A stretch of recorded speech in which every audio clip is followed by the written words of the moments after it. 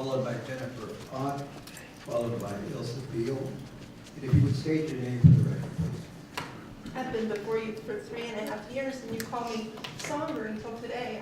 Oh. Just goes to show me that you really don't listen to us. Sit. Ms. Sondra, please go ahead. I'm not ready. Sit. You've seen me do this with my dog every time. She's a service dog.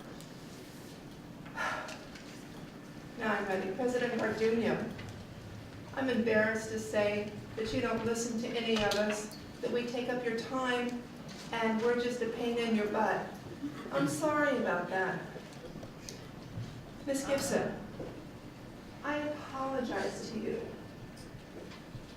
It's interesting that you looked at me last time I was in front of you and you didn't know what I was talking about. And yet I've been in front of you for 3.5 years. That's my fault. But what is your fault, and all of your faults, is that you have a fiduciary duty to me and to my community to protect me. Shame on you for not doing your fiduciary duty. You have let us down. You have taken my property, which was once worth $158,000, and made it worth $58,000 because you have not protected me. Mr. Winner, I am your constituent. There is a vote coming up. I will not be voting for you. I will stand on every corner I can stand on and hold signs, pass out papers that say, you do not protect me. I want you to step down. You've been asked to step down by Sue Flint. There is a $125 million bribe. There is wire fraud from you all. This needs to be looked after. If you don't know what I'm talking about, do your job and figure out what I'm talking about, because Sue Flint knows. Next is Give me your leash. Jennifer Ott, followed by Ilsa Beal, followed by Sue Flint. Good evening. I still support honest APD officers, regardless of what has happened. Domestic terrorism committed by treason Americans are being paid by foreign cartels that are trying to destroy our city, overthrow our leaders, murder our citizens in slow-kill operations, and kidnapping children statewide for sex slavery. These traitors think American lives are a color-coded game, reminiscent of Nazi Germany, being paid in cash, drugs, jobs, sex, cars, houses, you name it, they'll take it. Terrorists are using the cars they are given as weapons. Our honest police officers need to be on guard more than ever. Police units are targets for fatal staged accidents nationwide. The higher ranking the officer, the greater the bounty. And some of these bounties go all the way up to $50 million or more for one officer. This is how huge these operations are in these cities across America. The color code gang stalking game is over in this city. 60 to 100 traitors being arrested every night. That's a lot of people. That's 2,500 people on the average every month. APD is winning the war against these terrorists.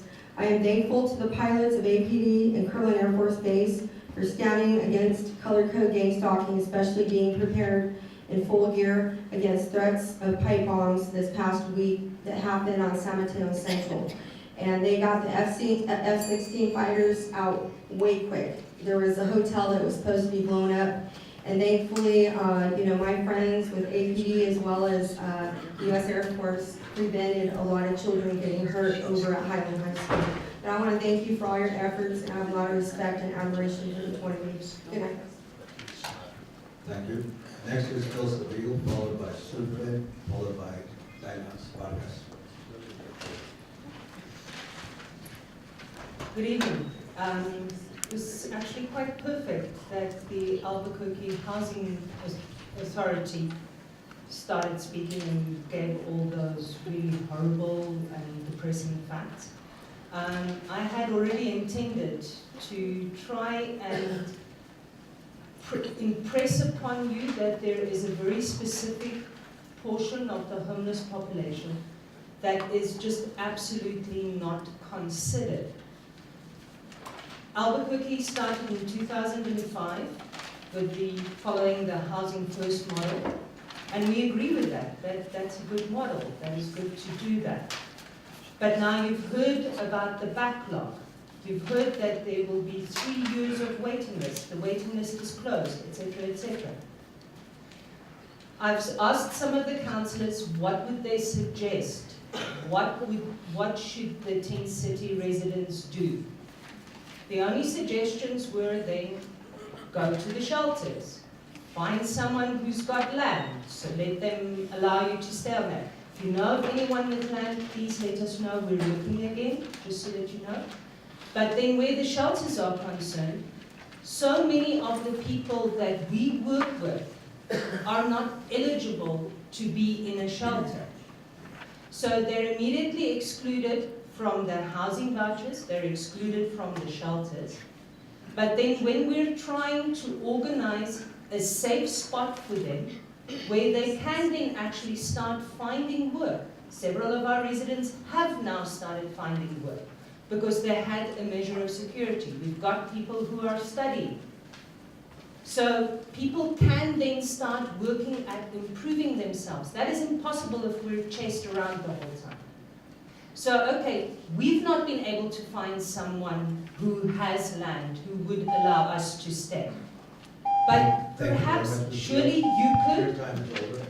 Really? There's a question from Councilor Betty. Thank you, Ms. Beal, and I want to thank the people who've been volunteering, because I know you guys are putting in a lot of your own time to Own resources as well, yeah? and to help these people. So that needs to be recognized, and I want to recognize that. And I also just want to say that I did read the full proposal that you wrote, which was very well written, and my hats off to the folks who contributed to that. There's sort of a summary of it here. I guess it's a 2-pager that you left. But that was a very comprehensive report about how we could, as an interim, and we all know it's not the final answer, but as an interim that we could look at some sort of organized tent community where it's self-governing and all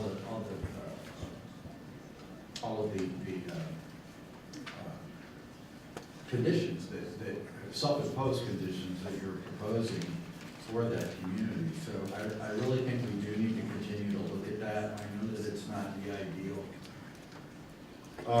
And I know that Father Russi from St. Martin's kind of came around on this issue as well. He at first thought that a tent city would not be the answer. We heard that from a lot of people, but I think in the short term, we should be trying to find such a site.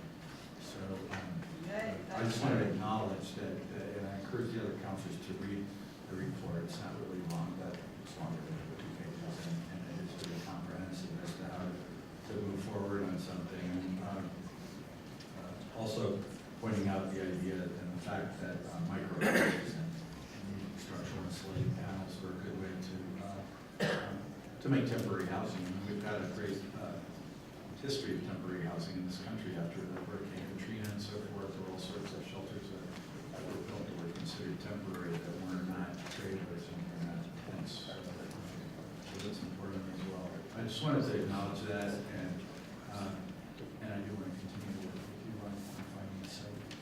Thank you for your words. Thank you. Next is Sue Flynn, followed by Dinah Vargas, followed by Lafayette Campo.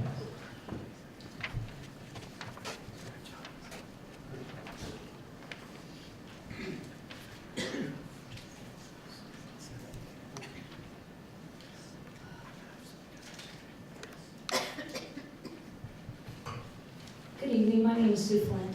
I'd like for my name to be spelled right, please. It's F-L-Y-N-T, not I-N-T. With that being said, I come before you tonight because I put on notice to the planning that we intend to file a lawsuit because we've been ignored over the R09263 that led to the R1111. I've stood before you so many times and I'm done actually with it. I've got school to finish, and last time I was here, I waited 5 hours to speak after being up almost 48 hours. By the passing of that R1111, it has been misconstrued to everybody in our area that we don't exist. The people next to us, which is called Heller, and they're actually called Cold Front up in Colorado, have been running like they're a commercial development. They hit our property line, they're not a commercial development. They bought the main and they moved in and started running 18-wheelers. Wilshire is a 2-lane highway. We can hardly get out of there. It is hazardous. I've taken it so many times in front of the city. I put it in front of the city council. I put it in front of the CAO. I took it to city planning when we had a meeting on the 31st. I've exposed that you have something going on illegally within this, and nobody wants to deal with it. I understand lawsuits, but I've actually tried to save you lawsuits. Mr. Winter, my friend Bree is very passionate about this, and you may think that I'm the only one that comes before you, but I speak for a lot of people. I come here because I understand what happened, and I asked you several times to look at this. This was wrong. That RCO 9263 was wrong. The comprehensive zoning code was wrong. And now we have a city planning department that's trying to make sure that we don't get the justice that we need. We are not going to support you when you run for city council. We are going to go, and we hope not to lose your legacy the way that it's actually been tarnished. But we do not support you as a community. Thank you. Thank you, Ms. Flynn. And your name is spelled in white in my list here. And Ms. Sonberg, I apologize again. Dinah Vargas, followed by Bobby Ocampo, followed by Kathy Brennan.